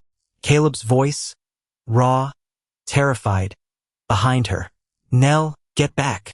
She didn't stop, because 4 horses were screaming behind that door, and she'd learned a long time ago that some sounds a person simply couldn't walk away from. She grabbed a horse blanket soaking in the water trough, wrapped it round her hands, and hauled the latch open herself, smoke pouring out thick and black the second the door gave way. The horses bolted past her in a panic of hooves and wild eyes one after another, until only the last stall remained. A mare too frightened to move, pressed into the corner, eyes rolling white with terror. Easy. Eleanor's voice came out steadier than she felt. The same voice she'd used on a bleeding chestnut horse in a canyon what felt like a lifetime ago now. Easy now. Come on. Come with me. The mare didn't move. Behind her, timber cracked somewhere overhead. Sparks rained down through gaps in the loft. I don't have time for this, she thought, half panic, half fury. I don't have time to coax a frightened animal, when this whole building's about to come down on both our heads. Except leaving her isn't a choice I've got in me. Never has been. Not since that station platform, not since that rockslide, not now either. She grabbed the lead rope, pulled hard. The mare reared, screamed, nearly took Eleanor off her feet, and then all at once, something in the animal broke toward trust instead of terror, and she bolted forward, dragging Eleanor half off balance out, through the smoke, and into the cold, clean night air just as a section of roof gave way behind them, with a roar like something dying. Hands caught her, Caleb's hands, pulling her back, further back, both of them collapsing, onto the wet grass together, coughing, gasping, alive. Don't, he said, voice breaking entirely. Don't you ever do that again. The horses are out. All of them. Because of you. He pulled her against him, and she let him, too shaken to argue, too grateful for the solid warmth of another living body, after everything the last 10 minutes had nearly taken, from both of them. I thought I'd lost you. I thought. I'm here, she said, echoing words she'd once said to him in a fevered cabin, not knowing then how much weight they'd come to carry. I'm here. The barn burned to nothing by dawn. Amos found the proof of arson in the ashes an hour after sunrise, a scorched coal oil tin, half melted, tucked in what had been the tack room, along with boot prints leading away, from the barn toward the eastern fence line. Toward Sedgwick land. Somebody meant for that fire to spread to the house, Amos said grimly, turning the ruined tin over in his hands. Wind was in our favor last night. Barely. Another 10 minutes and it would have caught the east wing sure. Which means whoever said it wasn't after cattle or hay, Caleb said. They were after us. Or after what we're keeping in that house. Eleanor's mind went straight to the strongbox. To the survey she'd carried out of the smoke pressed against her own chest like something worth dying for. Because it very nearly was worth dying for, she thought. And whoever set that fire knew it. Knew exactly what that paper meant to Sedgwick's whole scheme, and decided burning us out was easier than losing to us honest. A hand came out, from the trees near the burned wreckage of the tack room an hour later, dragged forward by two of the ranch hands, filthy, terrified, hands bound at the wrist. Found him hiding out past the creek. One of the hands reported. Boot prints match up clean. The man was young, maybe 25, face streaked with soot, and something that looked a great deal like regret. Name, Caleb said, voice hard as flint. Otis. The man's voice shook. Otis Greer, sir. I didn't mean for it to spread like that. I swear it. I was only supposed to burn the hay stores. Sedgwick said the hay stores, that's all. Sedgwick sent you. Paid me $20. Otis's eyes darted between them, wild with fear. Said it was just meant to scare you off the boundary dispute. Said nobody would get hurt. It'd just look like carelessness. A lantern left burning too close to the straw. You'll say all of that to a judge, Caleb said. Every word of it. And you'll say it plain, or I'll see you charged for arson on top of trespass, and there won't be any deal left standing to save you. Otis's face crumpled. I'll say it, he whispered. I swear I'll say it. I never wanted any part of this. Sedgwick's got half the county owing him one favor or another. Man like that, you don't say no to easy. Eleanor watched him, something in her chest twisting, with an emotion she hadn't expected to feel toward the man who'd nearly burned her alive. Pity, she realized. That's what this is. Because he's not evil. He's just poor and scared and desperate enough to take $20 from a man who counted on exactly that kind of desperation to do his dirty work for him. which doesn't excuse what he did. Nothing excuses nearly burning a house down, with people sleeping inside it. Except maybe it explains why Sedgwick's the one who ought to hang for this, in whatever way the law hangs a man who never once had to strike the match himself. The circuit judge arrived in Silverwood 3 days later, and the whole town seemed to gather for it. Land disputes drawing out farmers and ranchers from 30 miles in every direction, all of them crowded into the small courthouse with its single wood stove struggling against the autumn chill. Eleanor sat beside Caleb at the front table, the recovered survey laid out beside the forged one Amos had managed to obtain, from the county recorder, Ruth's ledgers stacked neat and damning at the corner of the desk. Across the aisle, Barnaby Sedgwick sat, with the easy confidence of a man who'd never once in his life expected to lose. He was older than Eleanor had pictured. Silver-haired, well-dressed, the kind of face that had learned long ago how to look reasonable no matter what ugliness sat underneath it. He looks like somebody's kindly uncle, she thought. That's the worst part of it. Men like Sedgwick never look the way you'd expect a thief to look. They look exactly like men you'd trust with your last dollar. Louisa sat 2 rows back, dressed plain today, none of the silk, from that first night at supper. She caught Eleanor's eye once, briefly, and something passed across her face. That wasn't quite guilt, but wasn't far from it either. She's not here for Sedgwick, Eleanor realized suddenly. Look at her. She's not sitting anywhere near him, which means whatever arrangement brought her to that dinner table, she's already regretting the shape it's taken. The judge, a heavy-set man named Harmon, with tired eyes and a voice that carried no patience for nonsense, called the boundary dispute first. Sedgwick's lawyer presented the forged survey, with practiced confidence, laying out a claim that painted Sedgwick as the wronged party, Whitmore land encroaching on Sedgwick water rights going back years. And this survey, Judge Harmon asked, turning the document over, is filed when? 8 months past, Your Honor, following a remeasurement conducted at Mr. Sedgwick's request. By whom? A pause. A surveyor of Mr. Sedgwick's own hiring, Your Honor. Judge Harmon's eyebrows rose slightly. Not the county surveyor? There were scheduling difficulties. I see. The judge's tone made clear exactly how much he saw and how little he liked it. Caleb rose when his turn came, and Eleanor watched him lay the original survey on the desk beside the forged one.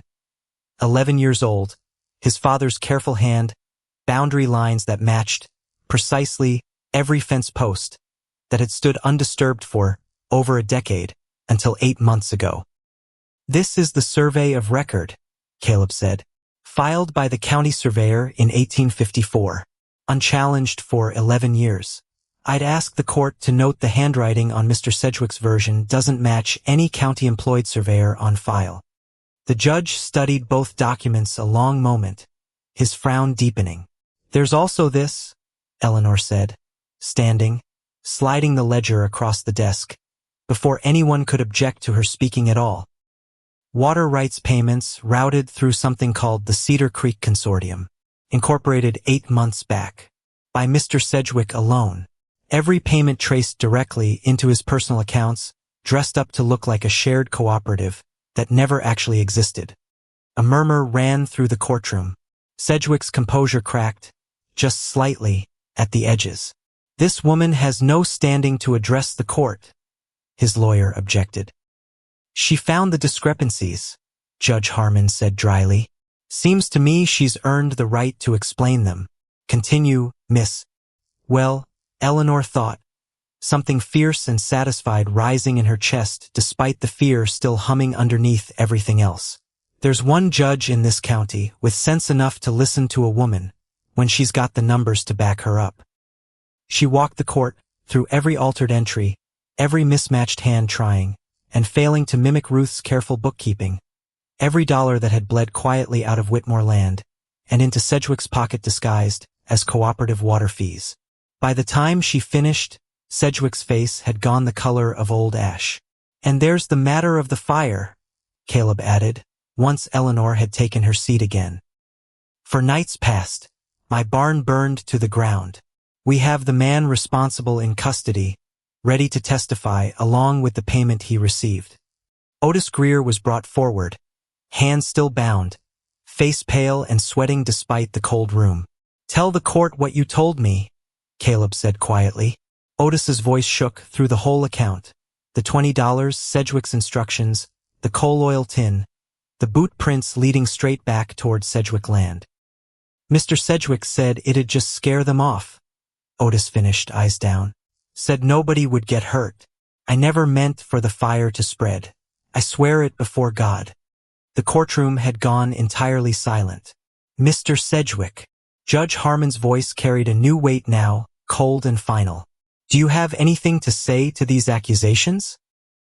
Sedgwick's lawyer leaned close, whispering urgently, but Sedgwick waved him off, rising instead with the last of his composure gathered around him like a coat he was fighting to keep from slipping. "This is a conspiracy," he said, voice tight. "A desperate man and a desperate woman, working together to slander a respected member of this community." "The ledgers are Whitmore's own records," Judge Harmon interrupted. "Kept for years by his housekeeper, in a hand I've no trouble comparing to the forgeries myself. Right here, right now, if you'd like to press the matter further." Sedgwick said nothing. "I've heard enough," the judge said. "The original survey of 1,854 stands as the boundary of record. The Cedar Creek Consortium is hereby dissolved, and Mr. Sedgwick will make full restitution of all funds improperly collected, plus damages for the destruction of the Whitmore barn. Furthermore, given the testimony regarding arson and the earlier rockslide that injured Mr. Whitmore, I'm referring this matter to the county prosecutor for criminal charges." The gavel came down. Sedgwick sat frozen a long moment before his lawyer finally pulled him toward the door. His face gone the gray-white of a man watching everything he'd built on lies collapse in the space of a single morning. Eleanor let out a breath she felt like she'd been holding for 11 days straight. Louisa caught her outside the courthouse afterward, waiting near the hitching post, arms crossed against the autumn chill. "You won," she said, not quite bitter, something closer to resignation. "We won," Eleanor corrected. "There's a difference." "I suppose there is." Louisa's eyes drifted toward the courthouse door, where Sedgwick's lawyer was still arguing, with him in low, furious tones. "I want you to know, I never meant for it to go this far." Sedgwick offered money, said it was a simple thing, claimed the old marriage still stood, rattle you both enough to slow you down, while he pushed the boundary through before the judge's session. "Why'd you agree to it?" Louisa's jaw tightened. "Because I'm broke, Miss Ashcroft. Because running out on a false husband with stolen money doesn't buy nearly as fine a life as the stories make it sound. Because Sedgwick found me struggling in Silverwood and offered easy money for an easy lie, and I was tired enough of struggling to say yes, without asking too many questions about what it would cost anybody else." Eleanor studied her a long moment. The polish from that first dinner had worn entirely away, leaving something rawer underneath, a woman who'd made choices out of desperation, and was only now counting the full price of them. "You could have hurt him badly," Eleanor said. "The false marriage claim alone could have cost him this whole ranch, if we hadn't found those dissolution papers in time." "I know that now." Louisa's voice dropped. "I didn't let myself think it through that far. That's the trouble with easy money. It's easier not to think about who it costs." "I could hate her," Eleanor thought, watching her. "I very nearly do.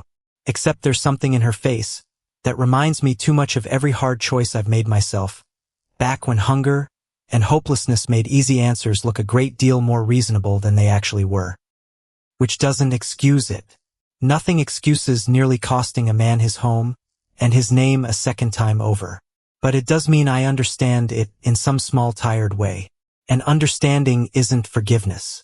But it's not nothing either." "What will you do now?" Eleanor asked. "Leave the county, I expect. There's nothing left for me here but shame and an empty purse." Louisa managed something like a smile, thin and rueful. "For what it's worth, Miss Ashcroft, he looks at you the way he never once looked at me. I noticed it that first night, and it's the real reason I couldn't stomach staying in that house another hour." She turned and walked away, before Eleanor could find any answer worth giving. The ride back to the ranch felt different than the ride out had. Lighter, though nothing about the last 11 days had been light at all. Caleb sat beside her on the wagon seat this time, close enough that their shoulders touched, with every rut in the road, and neither one of them moved to put distance back between them. "It's over," he said finally, watching the hills roll gold and endless toward the horizon. "The land's safe. Sedgwick will answer for the fire, for the rockslide, for all of it." "It's over," Eleanor agreed. Silence stretched between them, comfortable in a way it hadn't been since that first terrible morning in the canyon, when she'd learned his real name from 3 riders shouting it into the wind. "Nell," his voice roughened, "about the lie. I know we agreed to set it aside until the trouble with Sedgwick was settled. Settled now." She turned to look at him. Really look, the way she had, that first morning in the cabin, searching his face for whatever truth lived underneath it. "I've thought about it," she said slowly. "Every night since, trying to work out whether I could forgive a man for lying about something as simple as his own name. And I don't think forgiveness is the right word for what I've landed on." She watched the hills a moment before continuing. "I think what I've landed on is this. You lied because you were afraid. Afraid of being played the fool twice, over by a woman who only wanted what your name could buy her. That's not a kind thing to have done to me, but it's not an unforgivable thing either. Not once I understood the shape of the fear underneath it. I should have trusted you sooner. You should have." She allowed herself the smallest smile. "But you did trust me eventually, enough to tell me the truth before I forced it out of you with 3 riders and an awkward silence. That counts for something." He reached over, slow, careful, and took her hand in his rough palm against her own work-worn fingers, the same way it had been, that very first night in the cabin. Water passed between them in the dark. "Then let it be a beginning," he said. "I'm not asking for more than that, not yet. Just let me earn the rest of it, however long that takes." "All right," she said. "Earn it, then. I'll be watching close." Something eased in his face, relief, and underneath it, something warmer, something that looked a great deal like hope finally allowed to breathe, after 11 days of holding its breath entirely. Neither of them said anything else the rest of the way home. There was nothing left that needed saying. Just the sound of wheels on hard-packed road, and the sky going gold, and 2 people sitting close enough that the silence between them had finally, quietly, stopped being a wall and started being something closer to shelter. The barn was rebuilt before the first snow came. Half the county turned out to help raise it, word having spread fast through Silverwood about Sedgwick's arrest, about the forged surveys, about the mail-order bride who'd pulled a wounded rancher out from under a rockslide, and then turned around and pulled his whole inheritance back from the edge of ruin besides. Eleanor worked alongside Ruth in the kitchen most of that day, feeding the small army of neighbors who'd come to lend their hands and their lumber, and found herself more than once glancing out the window too, where Caleb stood directing the framing, laughing at something one of the hands had said, the cane from his healing ankle abandoned somewhere weeks back. He looks different, she thought, watching him. Lighter. Like a man who's finally set down something he'd been carrying. So long he'd forgotten the weight of it. Ruth caught her looking and said nothing, only smiled faintly down at the bread dough beneath her hands, the kind of smile that understood a great deal more than it bothered saying out loud. That evening, once the barn stood framed against the darkening sky, and the last of the neighbors had ridden off toward their own suppers, Caleb found Eleanor on the porch, watching the first stars come out, over land that finally, truly, belonged to no one but the family who'd fought to keep it. He had something behind his back. She noticed it the moment he sat down, the way a man notices when another man's holding his cards close. "What's that?" "Patience." Almost a smile. He drew it out slowly, a small wooden box, plain, the kind a ranch hand might carve on a slow winter evening. He set it in her lap without a word. She opened it. Inside sat a ring. Simple. Silver, not gold. The band worn smooth like something that had already lived a life before it found its way to this box. It was my mother's, Caleb said quietly. She wore it 40 years on a ranch not much different from this one. I always thought I'd give it to a woman who could stand beside me on land like this and not once flinch at what the standing cost her. He paused. I've watched you not flinch through a rockslide, a fever, a fire, and a courtroom full of strangers. I don't reckon I'll find anybody better suited to wear it. Eleanor looked at the ring, then at him. Caleb Whitmore. Her voice came out unsteady in a way she didn't try to hide. Is this you asking me to marry you proper, or just handing me your mother's jewelry to admire? Depends on your answer. Then ask it plain, she said. You're a plain man. I recall that much from a letter. He almost laughed, took her hand instead, the ring resting between their joined palms. Eleanor Ashcroft, he said, will you marry me? Not the letter version. Not the version where I hide behind another man's name. Just me, asking you straight out the way I should have done, from the very first morning you asked if I could hear you. The stars kept scattering overhead, indifferent and endless, the same sky that had watched over hard-won things for, as long as there'd been anyone standing beneath it to watch back. Eleanor thought of 41 words, and how much a life could be built on. So few of them, provided the man who wrote them meant every single one. Yes, she said. I'll marry you, Caleb Whitmore. Plain speeches and all. He slid the ring onto her finger, and it fit like it had been waiting on her hand the whole time, and neither one of them said anything else for a good, while after that, just sat together in the dark, her head against his shoulder, watching the stars, two people who'd each arrived carrying more loss than either had known how to name. Not healed entirely. Grief and betrayal didn't work that clean, didn't ever fully disappear just because the worst of the danger had passed. But building something anyway. Slow. Honest. One true word laid carefully after another, the way trust is always built in the end. Not all at once, never all at once, but small room by small room, each one opened only when both people were finally truly ready to walk through.